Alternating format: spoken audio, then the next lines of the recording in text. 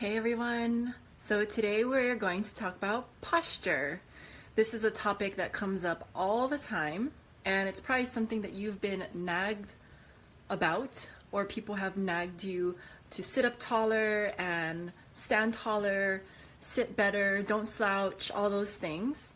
And there is a lot of truth behind it. So it's something that you're really going to want to bring to your awareness. And all the exercises that we've done this far will help you to getting that more optimal posture. So why is posture important? Well, first of all, it looks good. When you're standing up well, when you're carrying yourself well, it looks good. That's one thing. Then there's something behind that with like body language. So the way that you carry yourself is the way that you present yourself to the world, and that is something that's very important.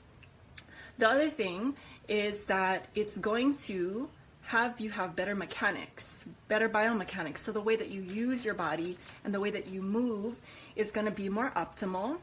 The bones are going to have their rhythms the way they're supposed to. The muscles and the tissue are going to flow in the way that they're supposed to. Not only that, you're going to just have better function in all of your systems. So your circulatory system, you're going to have better circulation.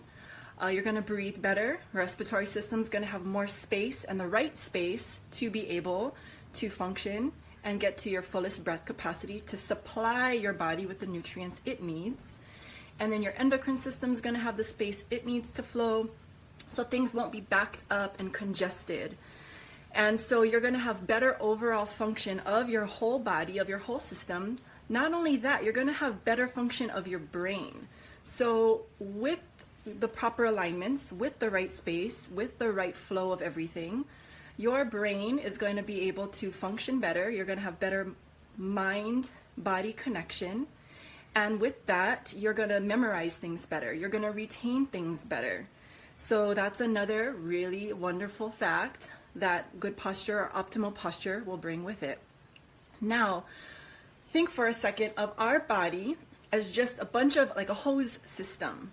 So let's say that we've got maybe this big hose running right down through the center, kind of like the spine, the torso, and then we've got branch off with the hose of the arms, and then the hose of the legs, or the split off into the legs. Now, if you can imagine that hose and water's gently running through that hose, if you pinch it off in any position or any place, the water is going to be stunted or stopped. So then you'll either get only just trickly water or no water coming through at all. So that's the way I like to look at the body, so that I can see within myself or within clients where there might be optimal flow through the body, or where there might be blockages or things are getting like not allowed to go through at all, which would be the definition of blockages. Anyway, so if we have any sort of head kink, the water is going to stop there. If we've got any sort of pec kink or chest kink or a slump, in my mind the water stops about here. If we've got hips forward, there's going to be a congestion or a blockage there. Or hips back, stuck here with tight hip flexors, there will be a blockage there as well. If we've got any sort of crunching on the sides, that's also going to be like a little bit of a hindrance there for the water to not flow through as efficiently through that upper body and torso and down the leg. And then going down further to the legs, if we're hyperextended, in my mind that puts a certain kink at the front of the hose here that will not allow the water to flow completely through the leg. And likely, if the bend happens, if we're so tight here, that also creates another kink in the hose. So now that we're all on the same language of the hose system, hopefully you'll start to be able to see in your own body and others' bodies how that might be hindering them or hindering yourself from optimal function of your body. Breath, circulation, brain function, all of that stuff. So, got my friend here. I don't have a name for him yet. Maybe you guys can help me name him. But you see here, he's got a nice stacking. We're just generally going to say the skull over the thoracic, over the pelvis, over the legs down to the ankle. Now, if anything was off right now, if the head was forward or something was out of this alignment, we're very familiar with seeing like a skeleton or a diagram. If it was out of alignment, I guarantee you'd go and fix it. You'd make his head straight, you'd fix his ribs straight, or his pelvis, or his legs, right? If there was something off and crooked. Interestingly, we don't really do that with our own bodies, and we should. So it's not to say that we have to be stick straight and like it's just rigid. That's not it at all. We're organic beings and we want to have ebb and flow. But when we have the proper stacking of the different sections of our body, that's where we have the right joint space, the right muscle length, space, tone, laxity, whatever we need in those right areas. So there's not a dominant pull somewhere or a compressed joint space somewhere or any sort of impingement, right? So what we're looking at, generally speaking, with our plumb line, especially if we're looking at the side, we can talk about all the different planes, but today we'll just talk about the side.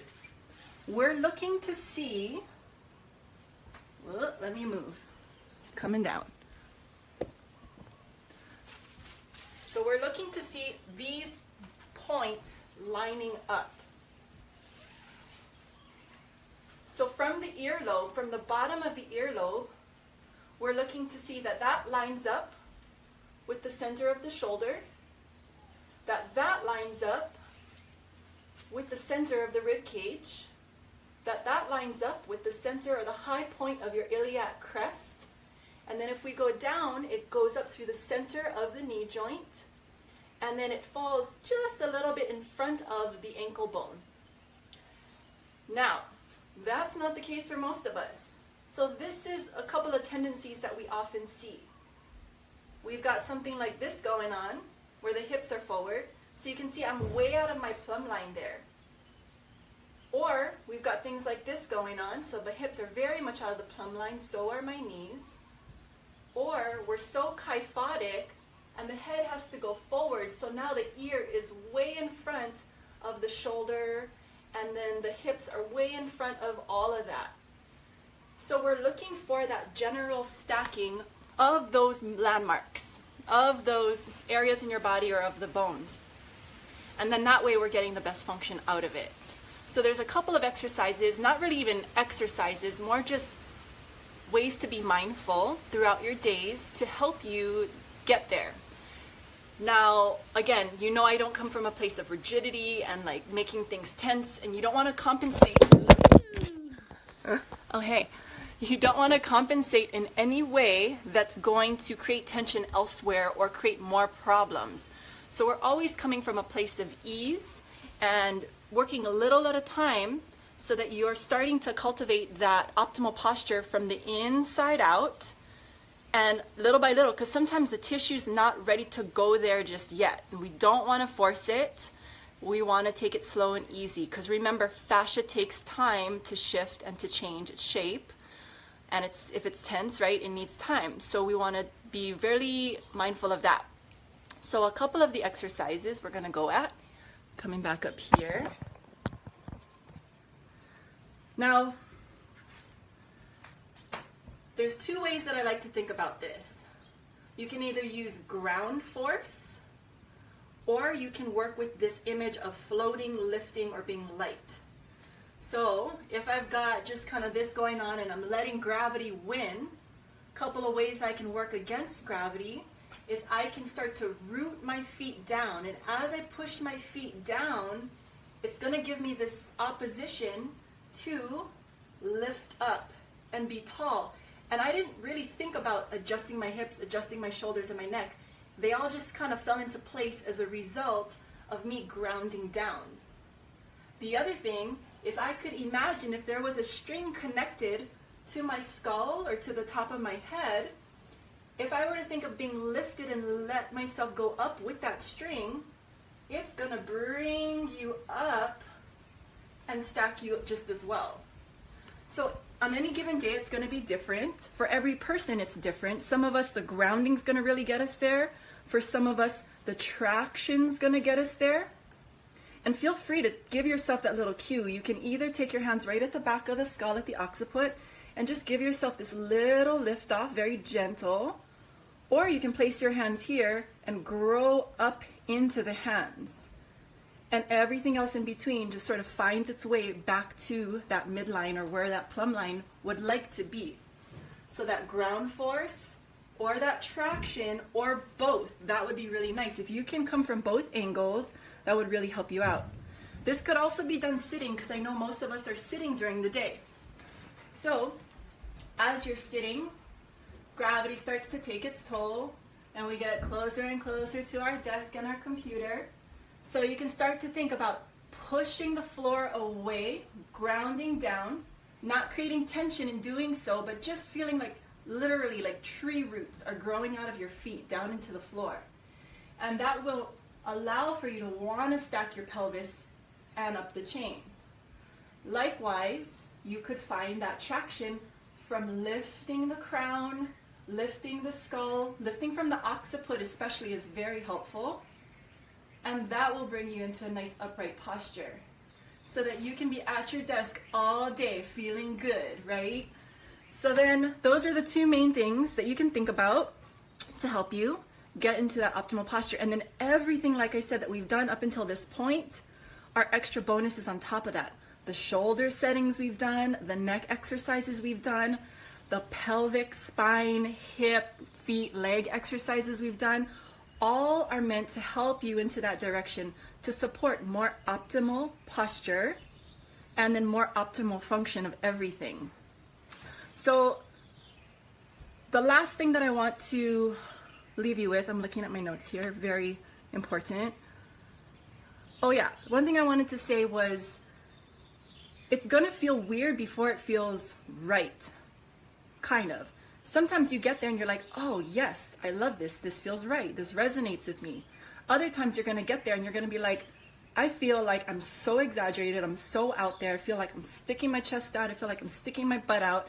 It's all just proprioception. It just depends where you're coming from. If you're coming from a place like this, yes, it is gonna feel weird to have your chest here and weird to have your hips here. Or vice versa, if you're like this, that's exaggerated, but if you're like this, it's gonna feel weird. It's almost gonna feel like you're slumping because you're used to be here. So that's good to have people check, eyes looking at you, people who can check you out, mirrors, just helpful feedback, or you can look down and you can get a sense of where you are in space. And so you're gonna have to sort of re-educate your proprioception on where you are in space before it starts to feel great. And then the other last thing I wanted to leave you with was, this is a good one. So osteoporosis, osteopenia, big deal. Many of us have it, will have it. It's a big thing going on right now in everyone's lives. You have people in your life who are affected by it. Now, the biggest recommendation or protocol is to give weight-bearing exercises. So you lift weights, you work with resistance, or you go onto a plank, all fours, you bear weight with your own body weight. So one of the best weight-bearing exercises you can be doing on the daily is standing with optimal posture. When the bones are stacked on top of each other and the force of gravity is coming through and working down on all of those areas, when they're properly stacked, that is weight-bearing. So you can see that if I'm standing well, my bones are bearing weight on each other. If I go out of it, no weight bearing, no weight bearing. It's all just going straight to gravity and getting wasted. All right, so that's it for the posture talk today. And I hope you gained something out of that. If you have any questions, please leave them in the comments below. And of course, always can go to my website, wynannywellness.com, for videos that give you sequences that can guide you, because I know how it is. Sometimes the weeks get busy and or you just don't have the motivation on your own. Well, the videos are very helpful, if I may say so. So use them, please. That's why I made them, and I hope that you have a wonderful week and that posture is at least somewhere in your awareness, not in a harsh, obnoxious way, but in that nice, loving, supportive way. And I'll talk to you next week.